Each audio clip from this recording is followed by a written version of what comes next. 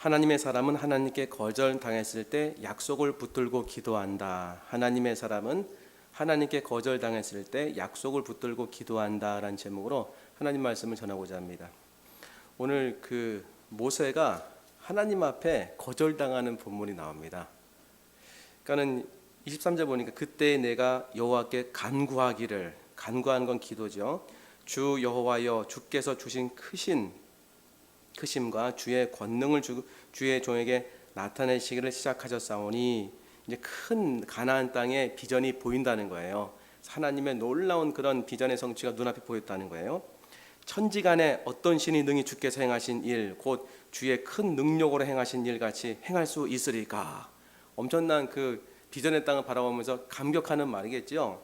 구하옵나니, 한 번 더 구한다는 기도예요. 벌써 23절에 간구하기를 얘기했어요. 한 번 더 구하는 거죠. 간절함으로 이제 기도하는 거죠.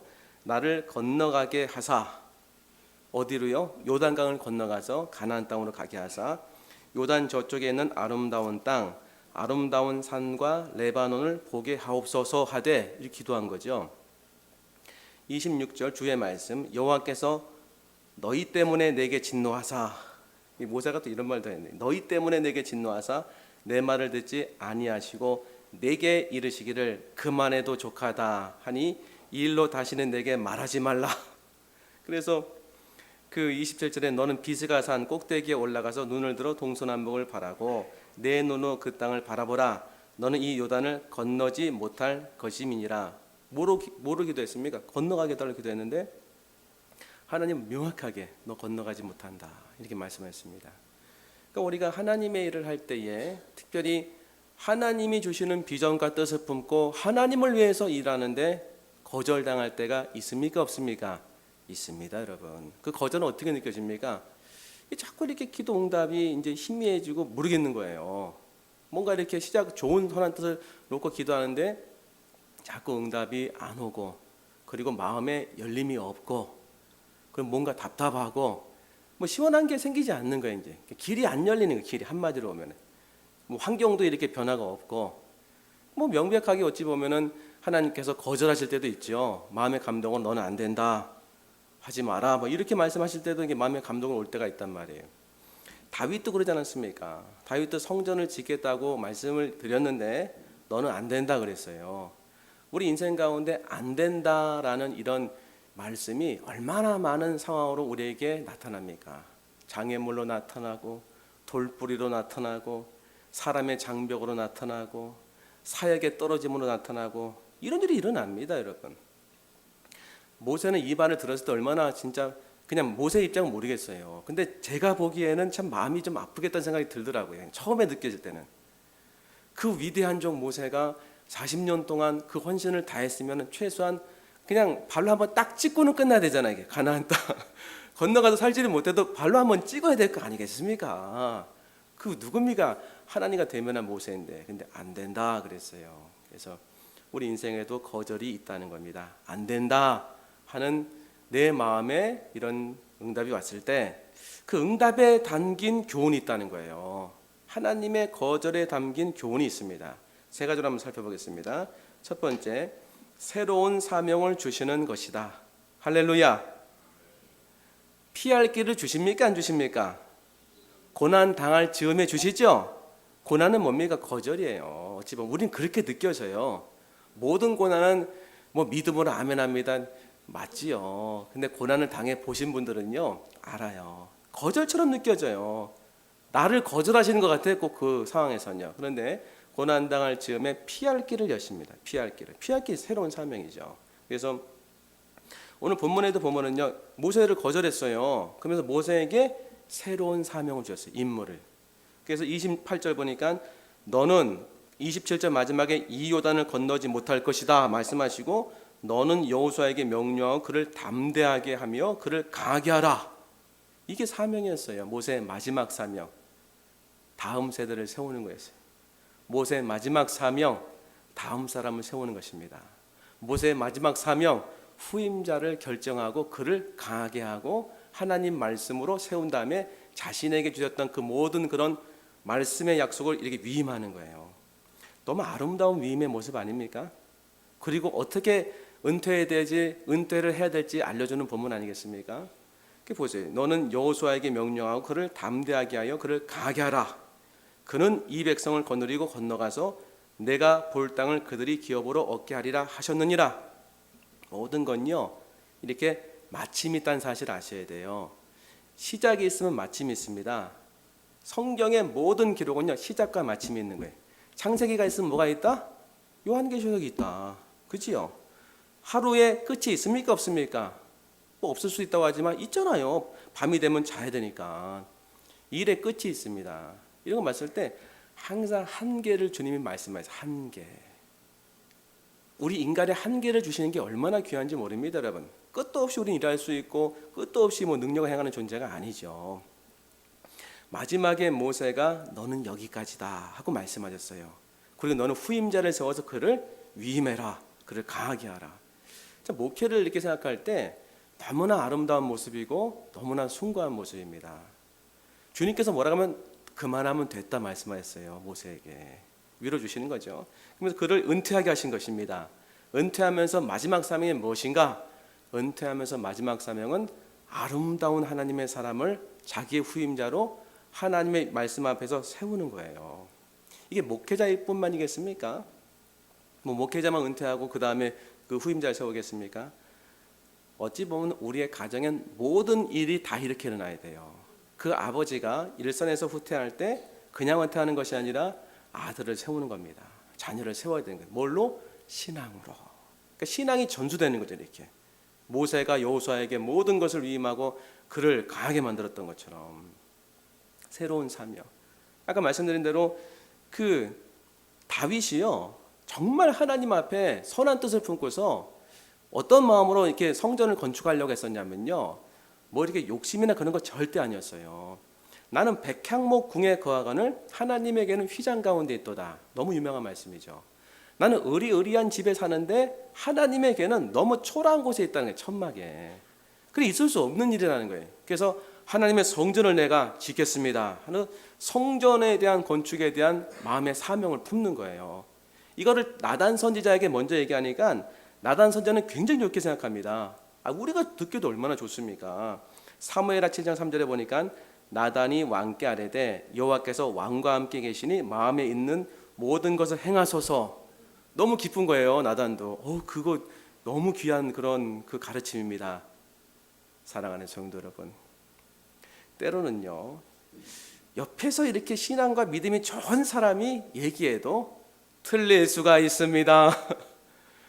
듣긴 상식에 맞아요. 근데 하나님의 뜻이 또 아닐 수 있는 거예요. 하나님 뭐라고 했냐면 그 다음날 나단은 좋다고 얘기했는데 그 다음날 역대상 17장 4절에 너무 명확히 말씀하셨어요. 가서 내 종 다윗에게 말하기를, 진짜 하나님 말씀은 이제 나단 선지자가 듣는 거죠.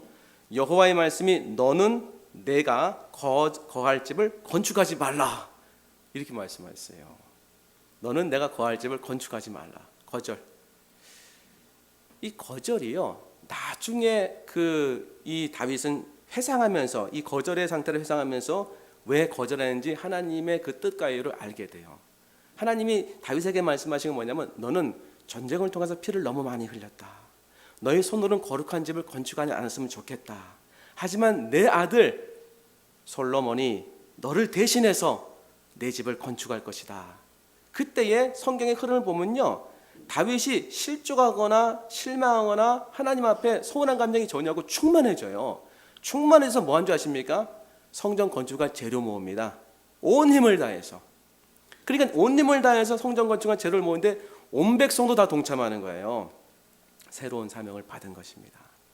바울이 다메섹 도상에서 살기가 등등해서 그리스도인들을 다 잡으려고 가지 않았습니까? 그때 예수님이 다메섹 도상에서 바울을 만나시고 그가 어떻게 됐습니까? 3일 동안 장님이 됐어요. 그의 인생에 엄청난 거절과 엄청난 장애 아니겠습니까?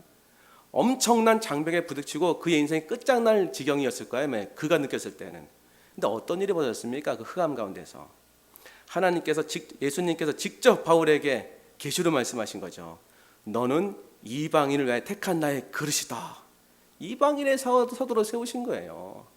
바울의 입장에서 보면은 자신의 모든 그런 모든 배경, 히브리인의 그 가족사, 히브리의 최고의 학부의 그런 인재, 모든 그런 안식할 만한 그런 배경 끝. 이거 엄청난, 어찌 보면 좌절할 상황 아니겠습니까? 그런데 놀라운 일이 그 다음에 벌어진, 놀라운 일이 순식간에 이루어지진 않습니다. 순식간에 이루어진 건 아니고 역사상 전면에 등장한 것은 대략 10년 이상 지난 다음에 사도 바울이 말 그대로 이방인의 사도가 돼요. 다메섹 도상에서 예수님 만난 다음에 곧장 예루살렘에 올라간 것이 아니라 아라비아 사막으로 갔습니다. 하나님 인도하심이죠. 근데 분명한 것은 그의 인생이 완전히 새로워졌어요. 그가 유대인으로 남아가지고서 뭐 유대인의 어떤 그 믿음을 갖고서 살았다고 한다면은 성경에 기록됐겠습니까? 대역적으로 기록됐을 거예요. 1번 가룟 유다, 2번 못지않은 사울, 스데반 죽였잖아요. 근데 3분의 2의 신학 성경을 사도 바울이 썼습니다. 이방인의 사도가 되게 하신 거예요. 뭘 통해서? 엄청난 거절과 장애를 통해서. 그는 담에색 도상에서 예수님 만날 때에 자기는 잘한다고 생각했어요. 하나님을 위해서 그리스도인들을 핍박한다고 하나님을 위해서 하는 거라고 생각했습니다. 근데 예수님은 말씀하셨, 왜 나를 핍박하느냐. 그걸 통해 가지고서 너의 하는 것은 잘못하는 것이다. 그래서 인생을 막으신 거죠. 이런 일들이요, 우리에게도 많이 일어납니다, 여러분. 나사로를 이렇게 죽어갈 때에 그 마리아와 마르다가 예수님 와달라고 간곡하게 부탁하는 차원에서 자기 사람 보냈어요. 예수님 가졌습니까? 거절했잖아요. 근데 나중에 어떻게 됐습니까? 더 큰 은혜와 영광을 받은 거죠. 우리가 삶을 살 때요, 실제로 하나님 앞에 나갈 때 모든 뜻이 다 내 뜻대로 이루어지지 않을 수 있다는 사실을 알아야 되고, 내 뜻대로 기도하고 간구하는데 내 뜻대로 이루어지지 않았다 그러면은 놀라운 일이 벌어지는 거예요. 왜 그렇습니까? 하나님의 뜻이 내 안에 이루어지는 표시인 것이고, 내가 뭘 간구하고 기도해서 그걸 거절당했다는 것은요, 여러분 어두운 면만 보지 마세요. 밝은 면이 뭡니까? 정말 나를 향한 삶의 목적이 발견되는 순간입니까? 아닙니까? 발견되는 순간이에요. 사도 바울은 다메섹 도상 가가지고 그게 최선의 길인 줄 알았단 말이에요. 근데 하나님이 딱 막아버리셨어요. 너의 인생은 잘못이다 하면서. 그리고 그를 어떻게 하세요? 이방인의 사도의 길로 부르셨어요. 우리의 삶도 이렇게 주님이 인도할 때가 많습니다. 내 뜻을 주님이 꺾으시는 거예요. 내 생각을 주님이 내려놓게 하십니다. 그 모든 것은 다 거절로 느껴져요. 그때에 우리는 당황하게 됩니다. 우린 때로는 정말 어찌 보면 하나님 안에서 이렇게 하나님께 원망할 수도 있을 것 같아요. 하지만 세밀하게 볼 필요도 없습니다. 조금만 각도를 달리하면요, 내 안에 거룩한 하나님의 뜻이 이루어짐과 동시에 나를 향한 하나님의 부르심이 어디인지 너무 뚜렷하게 나타나기 시작하는 첫걸음입니다, 여러분. 하나님께서 거절하신 건 다른 길을 여시는 거예요. 다른 길을 여신다는 것은 내 삶의 목적이 찬란하게 그냥 명확하게 나타나는 거 아니겠습니까?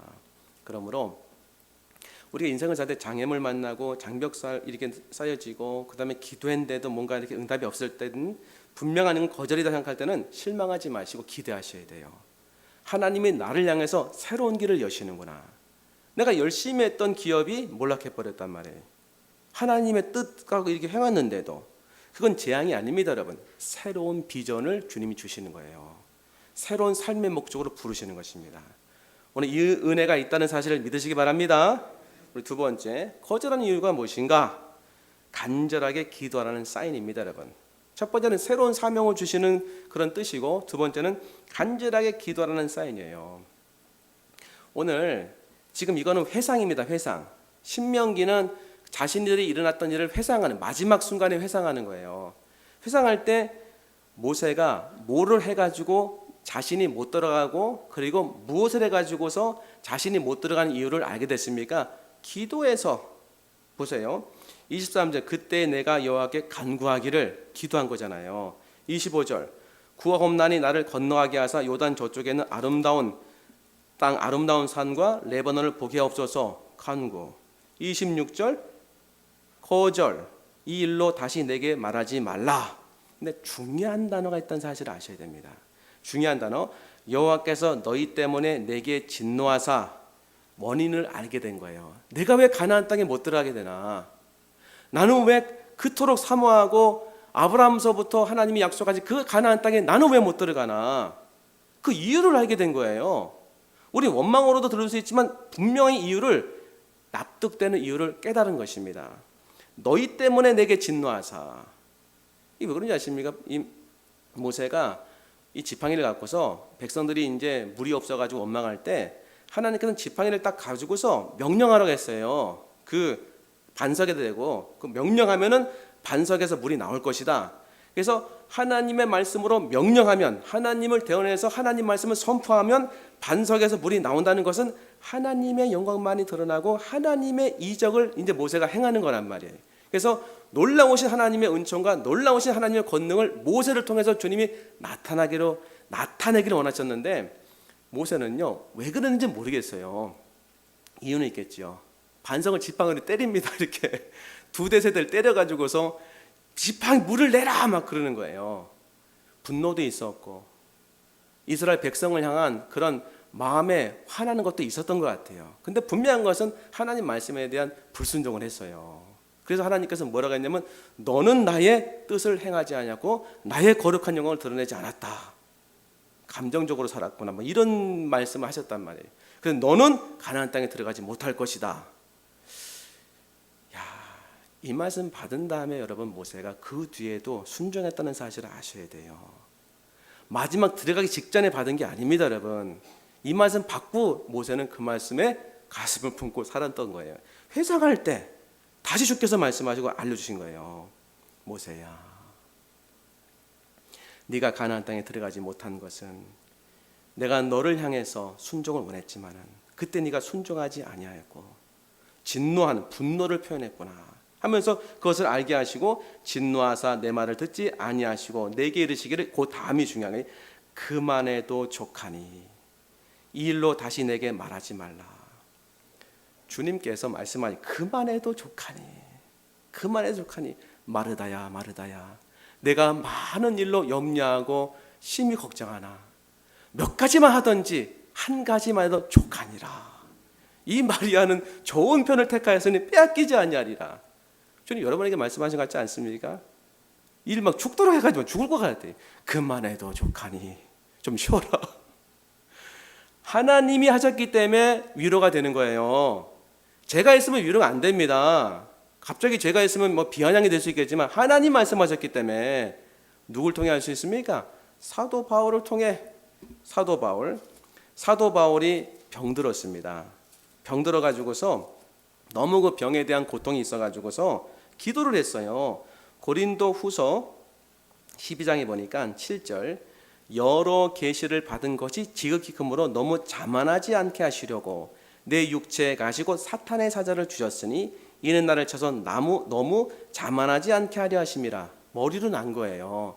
내가 육체에 이런 고통이 있는 것은, 진짜 사탄의 가시 같은 이런 악질적인 그런 질병이 있는 것은 내가 계시받는 게 너무 크고 하나님 체험을 너무 많이 했기 때문에 자만하지 않게 하려고, 겸손하게 만들려고 나를 이렇게 만드신 것이다. 알지요? 아는 것이 능력이 아닐 때가 있습니다, 여러분. 아는데 뭐하라 기도합니까?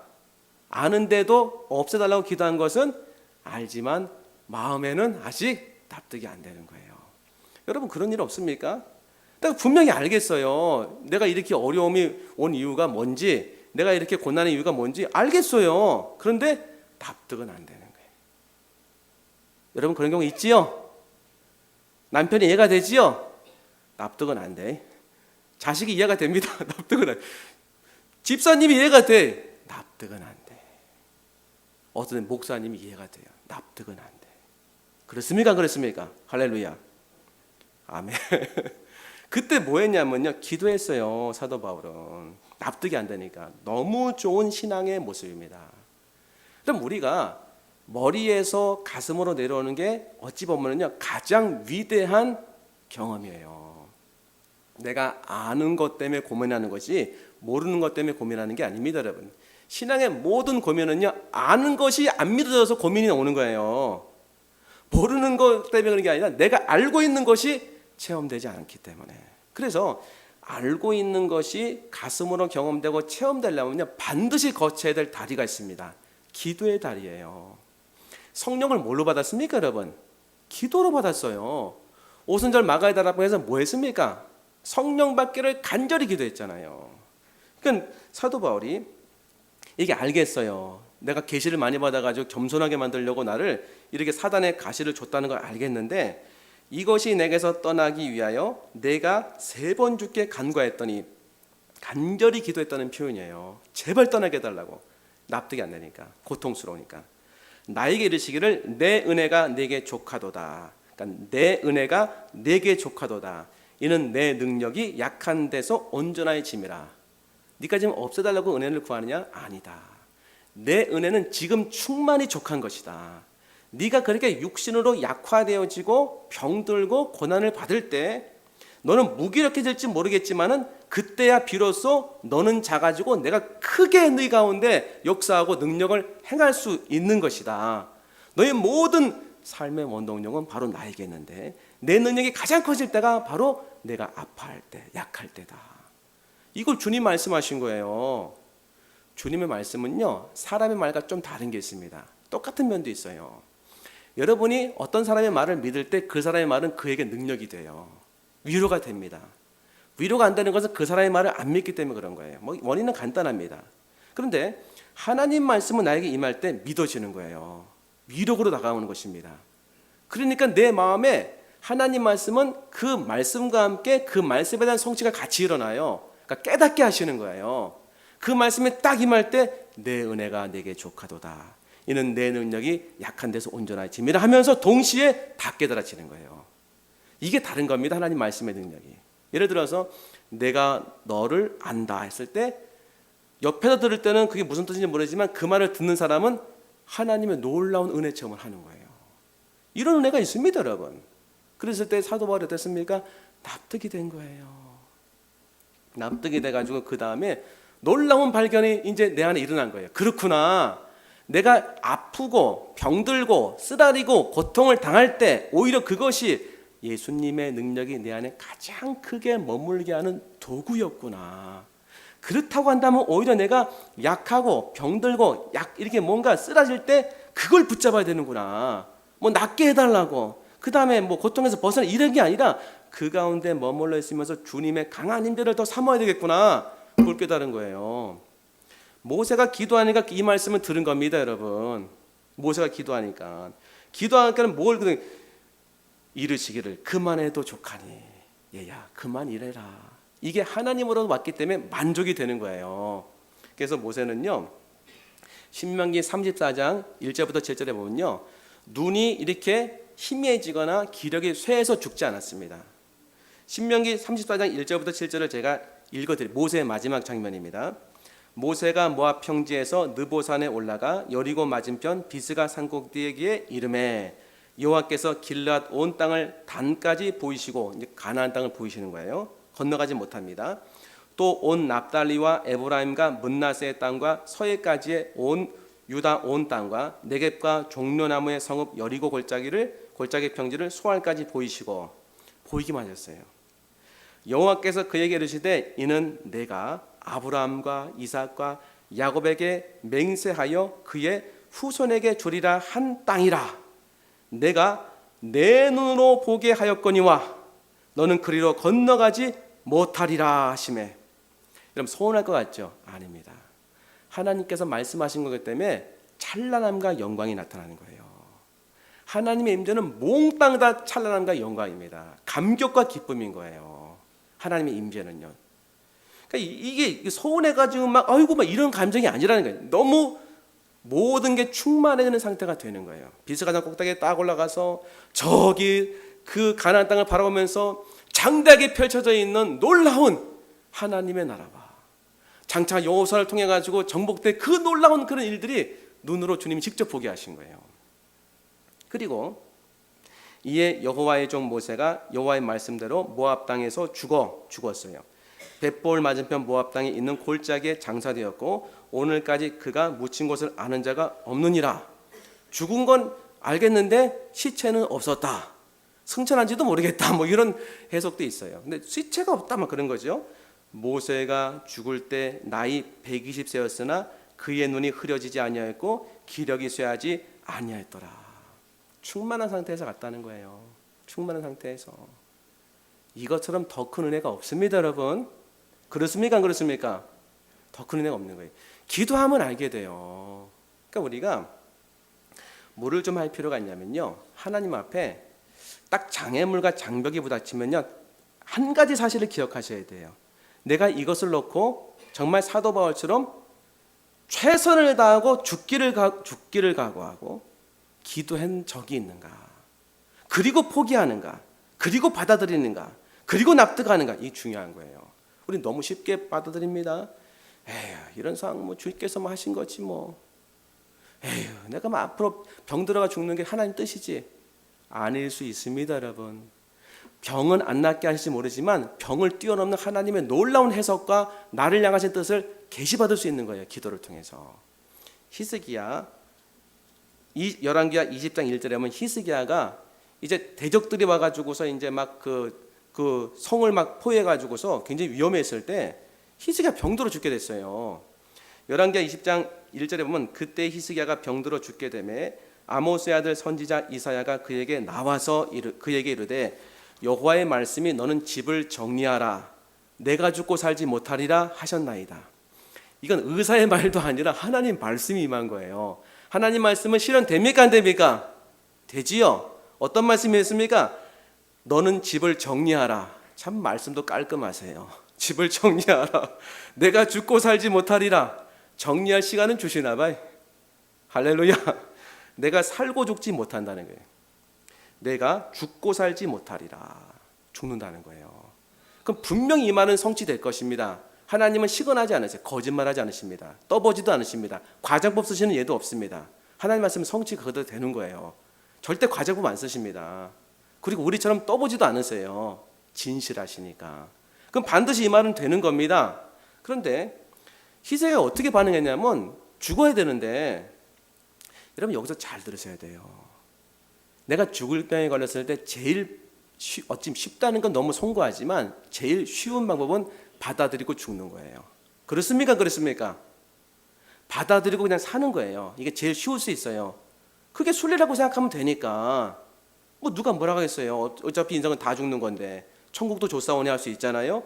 히스기야는 어떻게 했냐면 히스기야가 낯을 얼굴을 벽으로 향하고 여호와께 기도하이르되 여호와여 구하오니 기도한 거죠. 내가 진실과 전심으로 주 앞에 행하며 주께서 보시기에 선하게 행한 것을 기억하옵소서 하고 히스기야가 심히 통곡하였더라.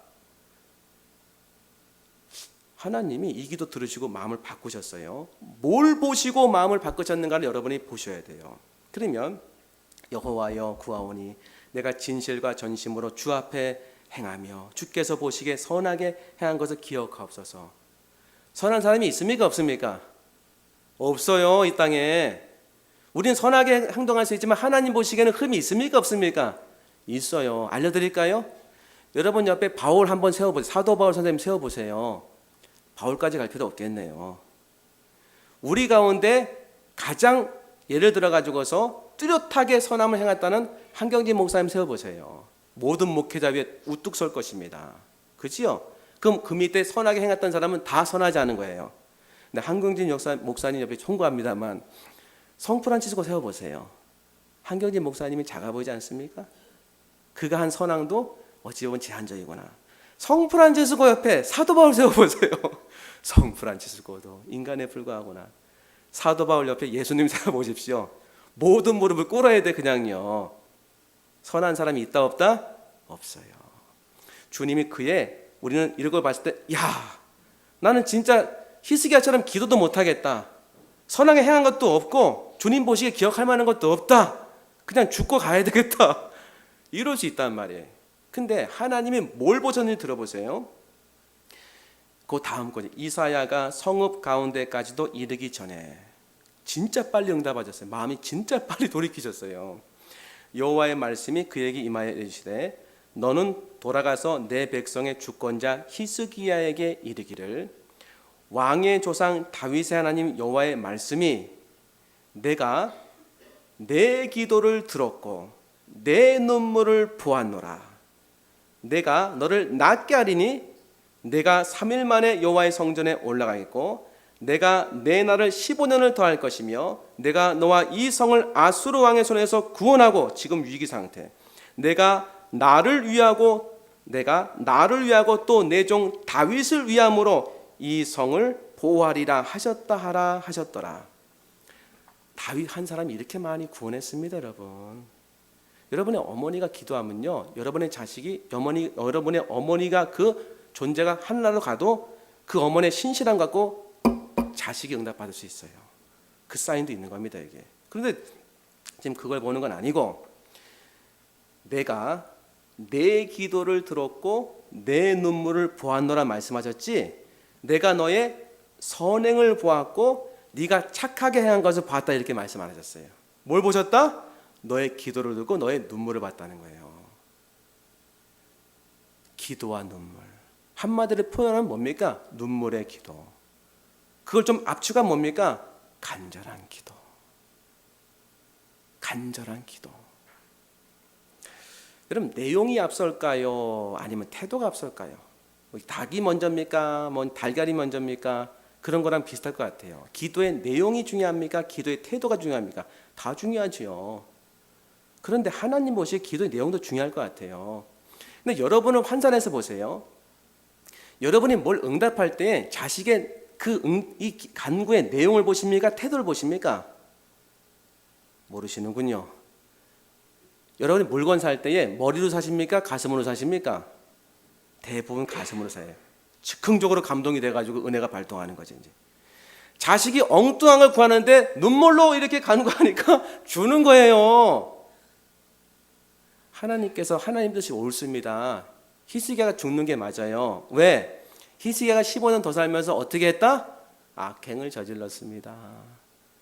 내탄고에 있는 하나님의 그 모든 고귀한 방패들 다 날아가 버렸어요. 히스기야 때문에.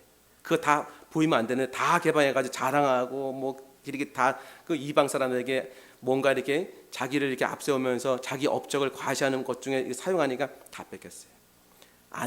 여러분, 히스기야 영감은 안 사는 게 낫습니다. 15년도 안 사는 게. 왜 살게 하셨을까요? 저는 딱 하나밖에 안 보여요. 눈물의 기도. 눈물의 기도.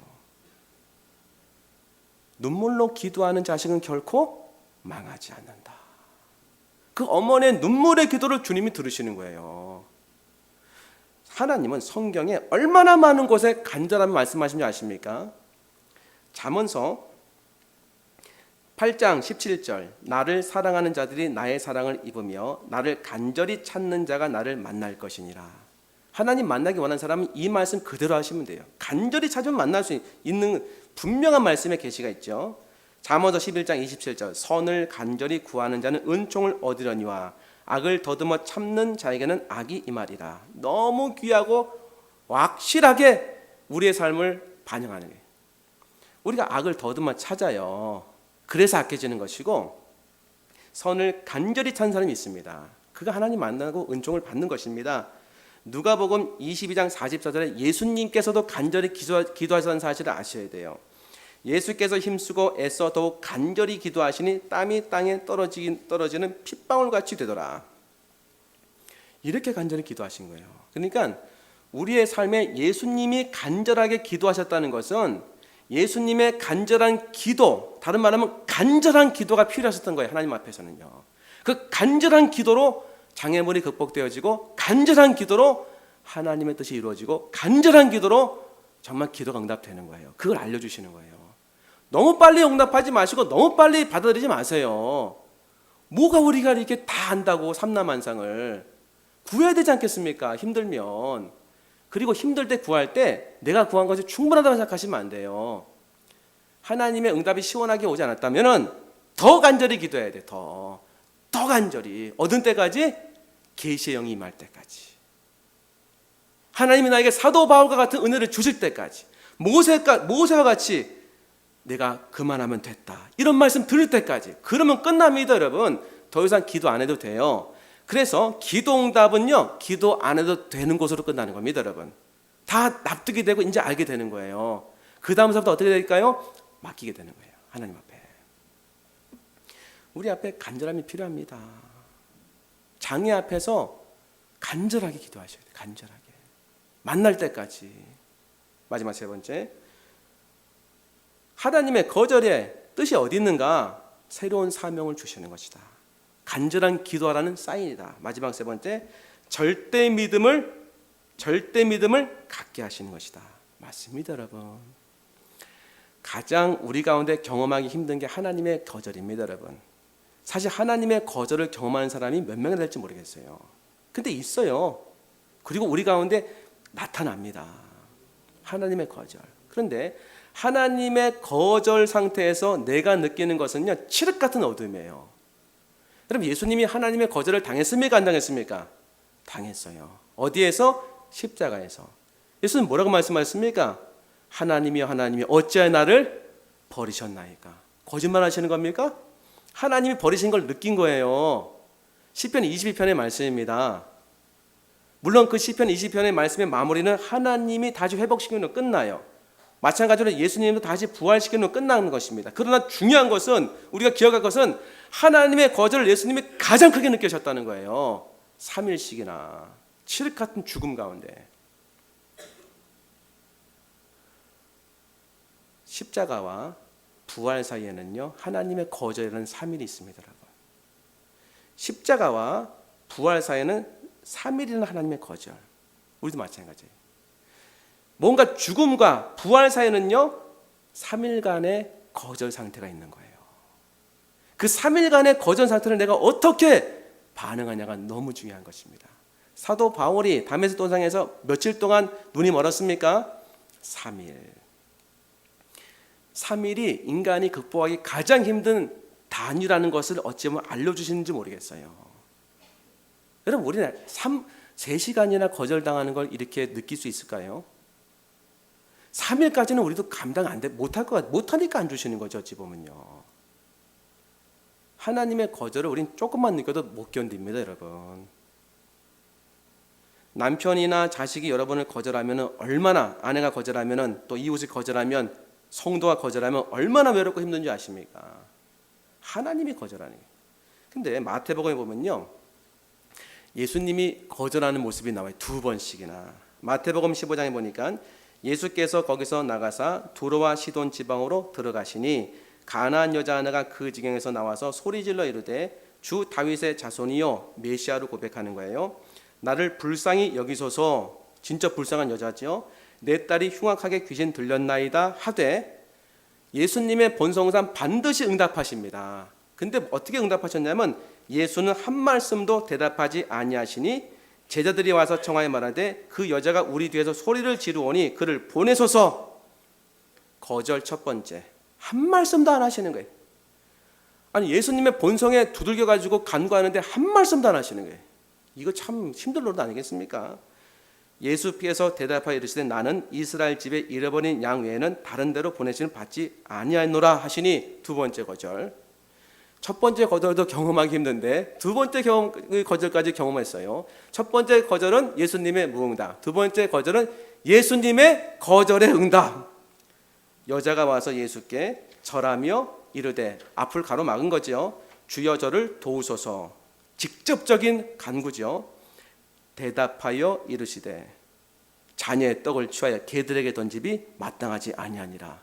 세 번째 거절은 카운터 펀치입니다. 엎드려 기도하는데 엎어컷을 날린 것 같은 것 같아요. 느낌상 그냥 쭉 뻗어야 됩니다. 우리 같으면 이제 드디어 주님을 떠나겠습니다.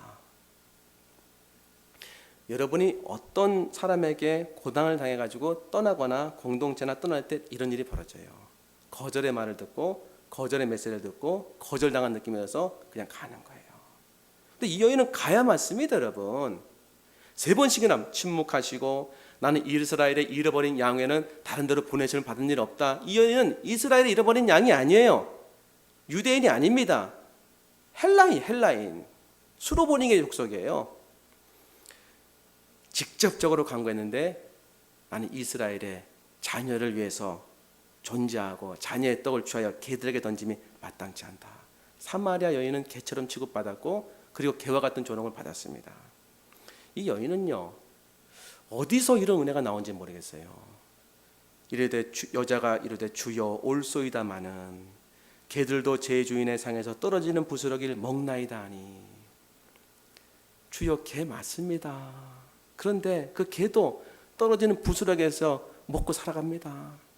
조금만 은혜 주시면 제 딸이 낳을 줄 믿습니다. 조금만 은혜 주시면 제 딸 낳을 것입니다. 그걸 주님이 읽으신 거예요. 그래서 그 다음 구절, 이에 예수께서 대답하여 이르시되 여자여 내 믿음이 크도다. 이 믿음 뭡니까? 조금만 은혜 주셔도 나는 낳을 것입니다. 그 전에 3번의 거절을 극복한 믿음을 보셔야 돼요. 이 조금만 주님의 은혜를 주셔도 될 것입니다는 가는 실과 같은 믿음이 아니라 엄청난 굵은 믿음이었어요. 왜? 3번의 예수님의 거절을 뚫고 나갈 수 있는 강력한 믿음이 있었던 거예요. 아무리 당신이 나를 거절해도, 아무리 당신이 나를 개처럼 취급해도, 아무리 당신이 나를 쫓아버려도 나는 다시 개처럼 올 것입니다. 멍멍거리면서. 왜? 은혜 받으려고. 이런 사람이 은혜 받습니다, 여러분. 할렐루야. 교회나 기도원에 가도 다 은혜 받는 게 아니에요. 진짜 어찌 보면 표현이 죄송합니다. 개처럼 오는 거, 개처럼. 나 은혜 못 받으면 진짜 가만히 안 있을 것입니다. 오늘 제가 이 문제 해결하고 끝내버릴 것입니다. 하나님 결단고전 주님 만날 것입니다. 죽든지 살든지 여기같이 무덤입니다. 부활을 시키든지 아니면 참수를 시키든지 양당간에 결정해 주옵소서 하면서 기도하고 눈물 흘리는 거예요. 주님의 거절을 믿음으로 다 이겨내는 것입니다. 주님이 손 드신 것 같아요. 말씀드렸죠? 저는 처음에 이렇게 주님이 떠보시고 그 여인을 훈련시키는 과정을 생각했는데 그렇게 해석해도 되는데 일구이언이나 시건이나 조롱이나 그 다음에 과장법 쓰시는 분이 아니라고 했죠. 진실한 분이기 때문에 뜻을 돌이킨 거예요. 왜? 그 여인의 간절함과 그 여인의 믿음이 너무나 마음을 흡족하게 했기 때문에. 예수께서 이르시되 대답하여 이르시되 여자여 내 믿음이 크도다. 내 소원대로 되리라 하시니 그때부터 그의 딸이 나으니라. 똑같은 본문. 중풍병자를 4명이 이렇게 와서 사람들 때문에 못 들어갔는데 거절이죠. 뒤로 가지 않고 위로 올라가서 지붕을 뜯었습니다. 지붕도 거절이에요. 처음에 사람이 거절했고 그 다음에 지붕이 거절하네요. 지붕을 뜯었어요. 그리고 들것처로 내렸습니다. 2번의 거절을 극복했어요. 그때에 마가복음 2장 5절 예수께서 그들의 믿음을 보시고 중풍병자에게 이르시되 작은 자야 내 죄사함을 받았느니라 하시니. 믿음으로 주님 앞에 나가면 어떤 일이 벌어집니까? 죄사함을 받고 구원을 받는 거예요. 오직 믿음만이 구원을 주지 않습니까? 우리 가운데 이 믿음은 사실 어느 때에 나타나냐면요, 평상시에는 좋은 옷은 좋게 이게 만들어진지 몰라요. 최고의 옷은요, 비바람을 견디게 만들어진 최고의 옷은 비바람 가운데 확인할 수 있습니다, 여러분. 이게 뭐 오리털인지 거위털인지 닭털인지 어느 때 알 수 있습니까? 영하 10도 이하로 떨어졌을 때. 닭털은 닭처럼 춥고 오리털은 오리처럼 이렇게 저가지만 그 뜨뜻한 거는 엄청 뜨뜻하지 않습니까? 강한 한파 올 때 마찬가지예요. 하나님이 우리를 사랑하시고 인도할 때 항상 우리를 온실에서 가꾸지 않습니다. 가장 그리스도의 군사를 만드실 때는요, 맞바람을 치게 하시는 거예요. 맞바람을 견디게 하십니다. 제가 정확히 알지 못하지만은 가장 좋은 그런 바이올린이나 그런 어떤 나무로 만드는 악기는요, 절대 균열이 없고 그리고 휘어짐이 없는 것으로 만든다고 알고 있습니다. 근데 그걸 어디서 고르느냐면요, 맞바람 치는 바다에서 이렇게 모든 바람을 맞은데도 견디는 그 나무를 채취한다는 얘기를 제가 어디서 읽은 적이 있어요. 맞다고 생각되어집니다. 절대 믿음은 어떤 환경에 생길까요? 절대적인 침묵 가운데, 하나님의 거절 가운데. 절대 믿음은 어디서 생길까요? 하나님이 나를 수용하지 않는다는 느낌이 들 때. 그래도 나는 오직 주님을 바라보겠습니다. 비록 무화과 나무에 열매가 없고 외양간에 소가 없을지라도 나는 여호와로 인해서 즐거워할 것입니다. 여호와께서 나를 사슴처럼 높은 곳에 다니게 할 줄 믿습니다. 믿음으로 나아가는 거예요. 믿음이 세상을 이깁니다, 여러분. 하나님께 나아가는 자는 반드시 그가 살아계신 것과 또한 자기를 찾는 자들에게 상 주시심을 믿어야 할지니라. 이 말씀으로 모든 거절을 다 뚫어 없앨 수 있습니다. 사랑하는 성도 여러분, 하나님 여러분 인도하십니까? 안 인도하십니까? 인도하세요. 하나님의 사랑을 받은 사람은 합력해서 선을 이룹니까 안 이룹니까? 이룹니다. 그러므로 우리가 이제 감사하며 경배하고 찬송하는 거예요. 내 마음속은 눈물을 흘려도, 내 입술은 고통이 입이 나와도 하나님 감사하고 경배하면서 절대 믿음으로 나가는 것입니다. 모세가 이 모습을 보여줬어요. 혈기가 어찌 보면 눈이 다 이렇게 뚜렷하고 아직도 힘을 쓸 수 있는데도 그는 원망했다는 표현이 한 구절도 없습니다. 그 얘기는 뭡니까 여러분? 기쁨과 충만과 감사로 나간 거 아니겠습니까? 하나님 거절해도 거절과 된 너무나 놀라운 귀한 것을 얻을 수 있어요. 주님은 항상요 우리에게 교훈을 주시고 이유 없는 것을 허락하지 않으십니다. 너무 놀라운 것을 얻게 되는 믿음, 영생, 큰 하나님의 은혜. 오늘 세 가지로 오늘 나눴습니다. 넌 안 돼. 거절을 받은 그런 느낌 받았다 할지라도 새로운 길이 열린다는 하나님의 사명이 있다는 사실을 믿으시고 간절하며 나갈 때에 내 머리에서 가슴으로 내려오는 납득되는 계시의 말씀 받을 것이고, 그리고 하나님께서 궁극적으로 나를 인도한다는 사실을 우리는 믿어야 됩니다. 오늘 이 믿음으로 살아가는 여러분 되기를 소망합니다. 기도하겠습니다.